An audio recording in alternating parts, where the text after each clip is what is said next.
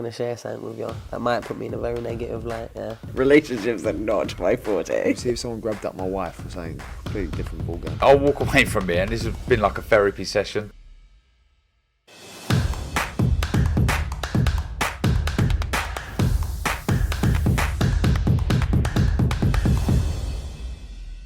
Oscar Bevis, IFL TV, proudly sponsored by Everlast. Dave Allen joins me. Dave, a successful night for you on two fronts, Joe and Stevie. Just kind of your reaction to both performances. Yeah, it was good. Obviously, I expected them both to win, so pretty much went how I thought it would go.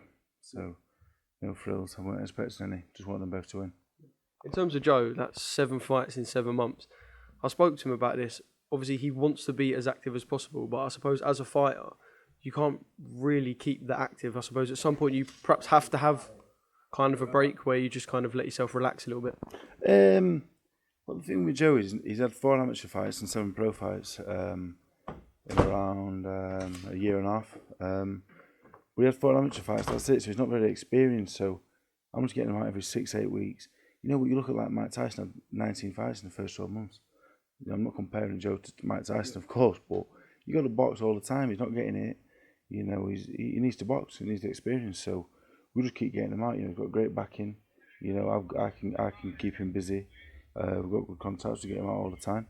So he'll keep boxing. He'll keep boxing every month, every 6 weeks, until I feel he's ready to step up. So he'll box again in April now. Obviously, we see, and I spoke to him about this again, him sparring with Jack Cattrall, 99% of Joe's training will be him focusing on himself and doing work with you.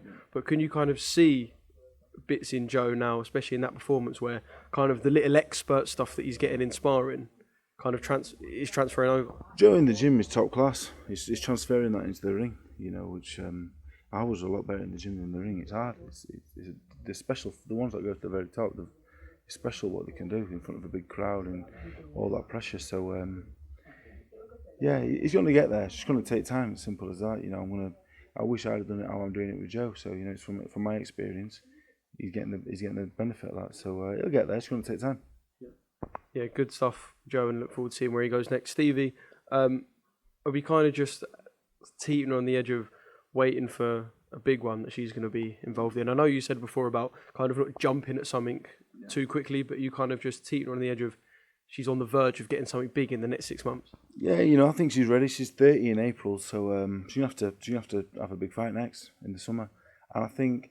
You know, you're not seeing the best of her. You know, she needs something big to get teeth into for training, for the diet, for everything. So, yeah, when we get a big fight, we'll see the best of her. Sorry. So, for 9 fights now in women's boxing, you know, she's got to go. She's got to go now. So yeah, the next fight for her, DAZN, Sky, whatever it may be, you know, whoever comes with the best offer, with not money and all the rest of it, the best fight, you know, the most winnable fight, we'll have it.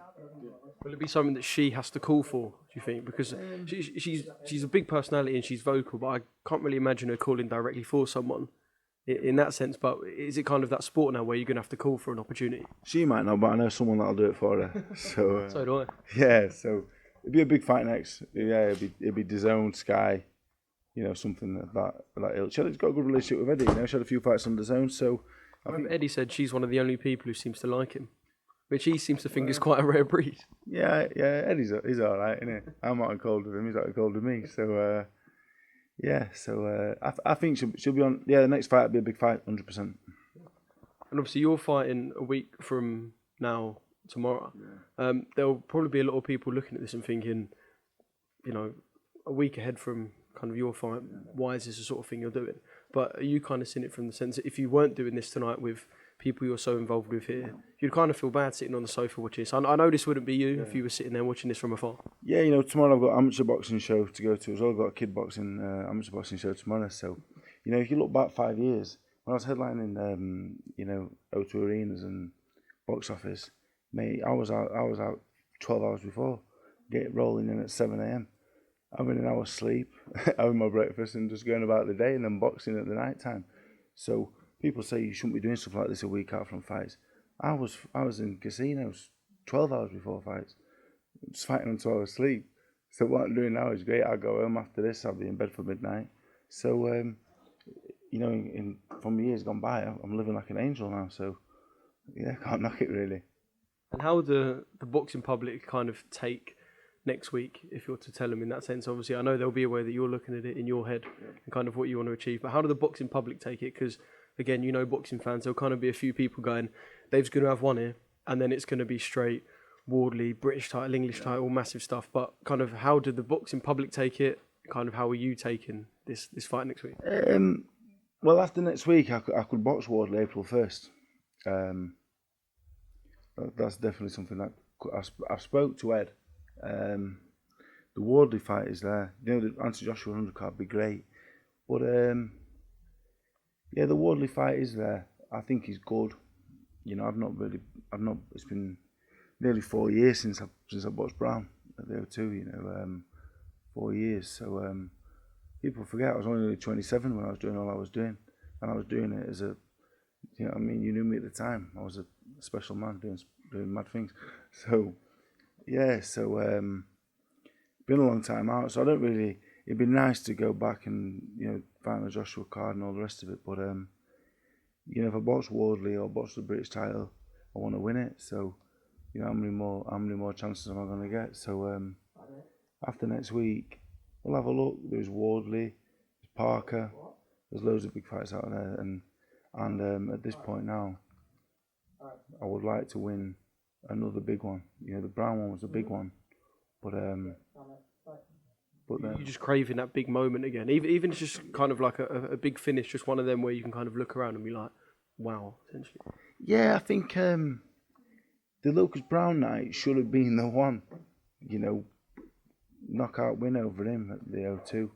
That should have been enough for me to be happy, but it wasn't, because I knew I wasn't 100%. So yeah, I could take the fight. I could box Wardley in April and have the big night at the O2 and all the rest of it. But I want to win the big one. You know, I plan on boxing for another couple of years. I've got a kid now, and you know, I can probably as an heavyweight, I can make enough money to sail off and live the rest of my life doing whatever I want to do. So that's the plan. But I would like to win the big one. I'd like to win the British title and the big one. And I think I'm capable. I think people will be surprised next week. I'm in good shape, and I've always been capable. Just never lived it. So yeah, I'm looking forward to it, to be honest. Yeah, mate, we can't wait to see you back in the ring. Just one more thing, Joshua Franklin. Just kind of from your perspective, as a fan, I guess, is that a fight that you're happy with in terms of Joshua's return after defeat? Well, I don't have the zone anymore, apparently.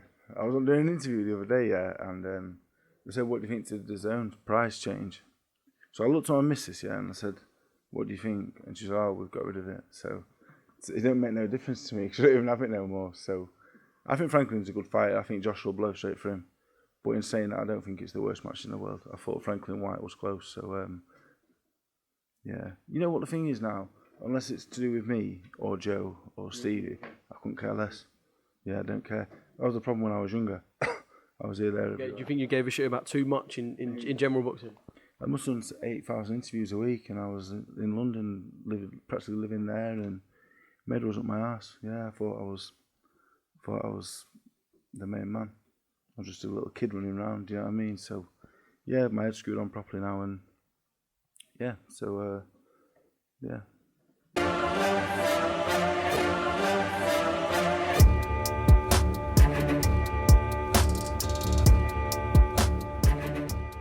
I'm going to share something with you. That might put me in a very negative light, yeah. Relationships are not my forte. See if someone grabbed up my wife or something, completely different ballgame. I'll walk away from it, and this has been like a therapy session.